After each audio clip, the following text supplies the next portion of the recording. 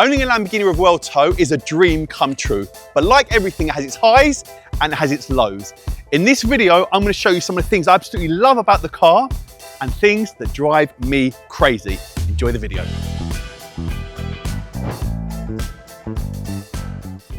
So let's start with the front of the car. The exposed rads. I really don't like that. I think that is open to get damaged. The speeds that we drive, especially that I've done the tour in it, you can get big damage and anything can just fly in there. There's no protection whatsoever on both sides. I'm not quite sure the best way they could have gone around it, but I think the fact that it's fully exposed, I'm not sure about that. So the rear end of the car does have a spoiler, and this is actually raised at the moment. However, I think it does need a big spoiler like you'd see on the Aventador with the SV or the SVJ. I'm sure when they make a special edition version of this car, they will have one. But for now, I just don't think it is high enough or wow enough. This section here where the number plate is, I don't like it. I don't like the holes. I don't like the finish. I'd rather it be fully covered so it doesn't have holes here, maybe in like a gloss black or even in a matte black or even carbon. I just think it looks a little bit cheap, but obviously you've got the carbon everywhere else. But this area here is a no.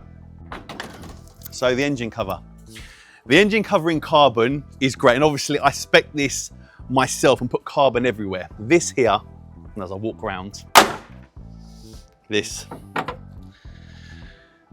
I had that on like a Ford Fiesta. I understand why they've done it. It's obviously for weight. However, it just seems a little bit cheap. There's a couple of things when you open and close the door. So it's got a slight delay. When you push the button, you have to wait for the window to drop down, then you can lift it up. I think it takes a little bit too long for that to happen. And also, you've got like a button here. That button doesn't actually do anything. It's really weird. It's like a fingerprint, but it's not. And then when you put your hand underneath, you have to really push your hand quite in and then push it. See that? The delay. It just takes too long. The exhaust. It sits lovely and high. You've got 2 and 2 inside, no pops and bangs. I think this car does need a sports exhaust. On the Urus, they're partnered up with a Krapovic. And I think they need to come up with something for this car as well. It sounds okay, definitely better than the Ferrari, but you do like when you drop a gear for it to pop and bang out the back. Doesn't do that. Look at that right now. See that? Just straight on Urban as well. Urban trying to get that extra advertising. They say bird poo is lucky. Is it lucky?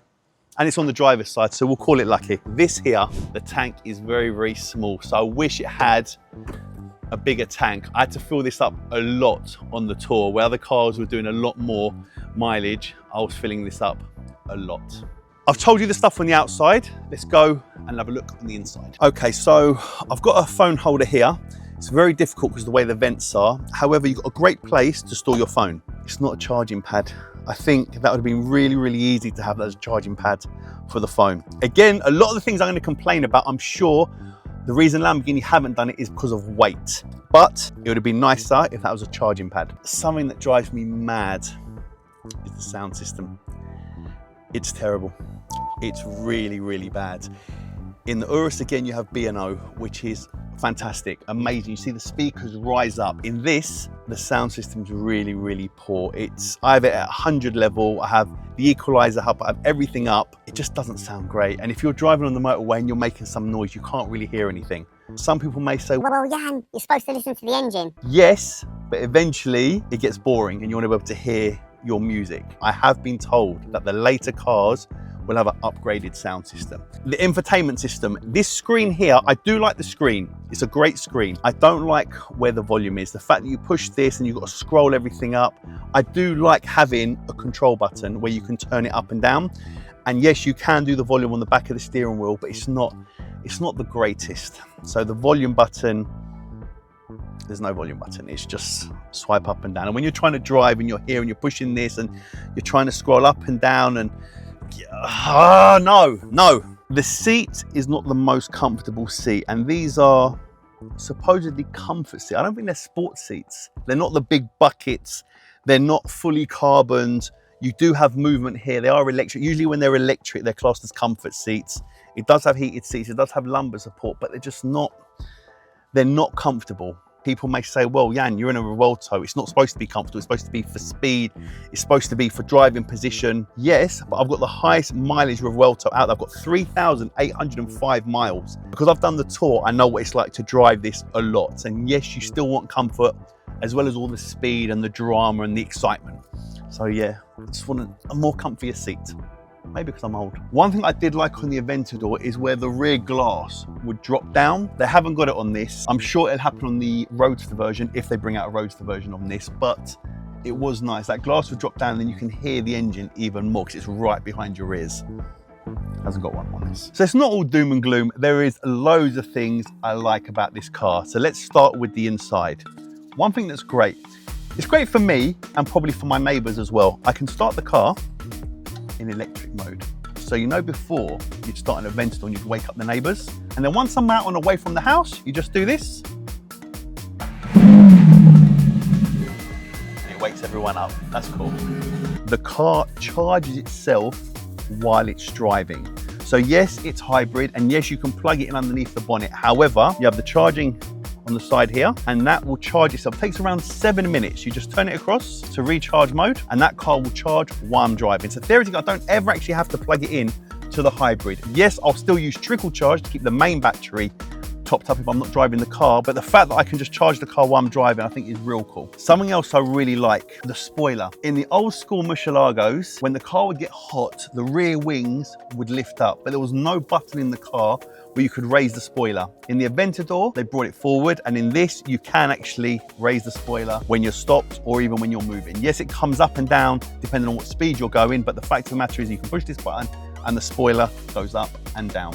Love that. Storage. Inside the car, okay, there's not much you can do on this side, but there is plenty of room on that side. You can put a bag on the floor, even when you've got a passenger in.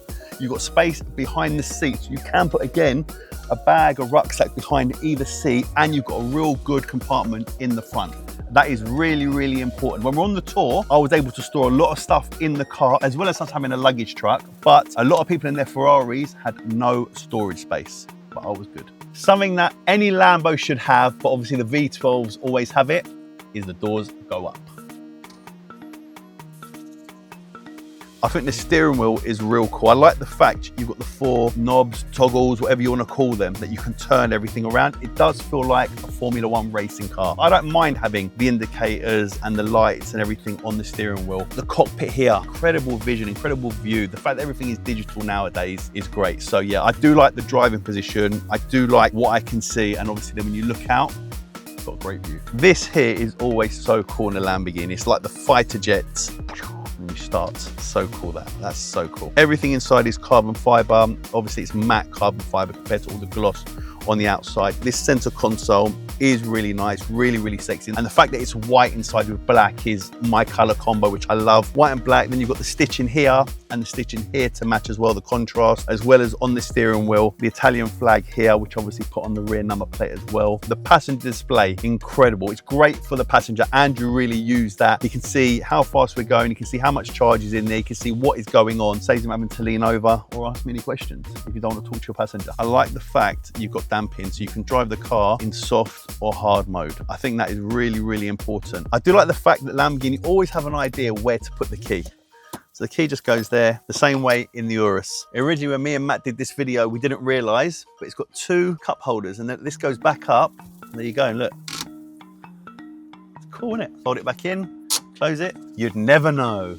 Like an illusion, disappears. How cool are the lights. The bull's head on the brake light is incredible. And it's only if you know, you know. The look of the car is incredible. It's so futuristic. It just looks insane. The lights are great. And obviously you've got the Y everywhere. The Y obviously for Yianni. Just beautiful set of wheels. And in white, they look even better. In black, it hides everything. The shape of the car, as you come around, the aerodynamics, it just looks insane. When I spec my car, the big difference on the outside is the carbon. Obviously, I've got carbon pretty much everywhere you look, even down to the side skirts. The only thing I didn't carbon was this, just because I wanted it to be white on the side, just a carbon break up on the side. Obviously the engine bay as well, the rear diffuser. But now that I've said it to you, when you see other Revueltos, you'll see that they're missing a lot of carbon. It is personal preference. I do like carbon, especially with the white and the black or the gray carbon, however you look at it. I think the contrast is fantastic. But yeah, carbon, It's carbon, isn't it? The engine is exposed. People were concerned. They were like, okay, water's gonna get in there, etc. But it's all sealed and it is lovely that it's exposed. Usually on a coupe, you'd have a glass cover so you wouldn't be able to see it, or you'd see it, but it's through a clear glass cover. The fact that it's fully exposed is great.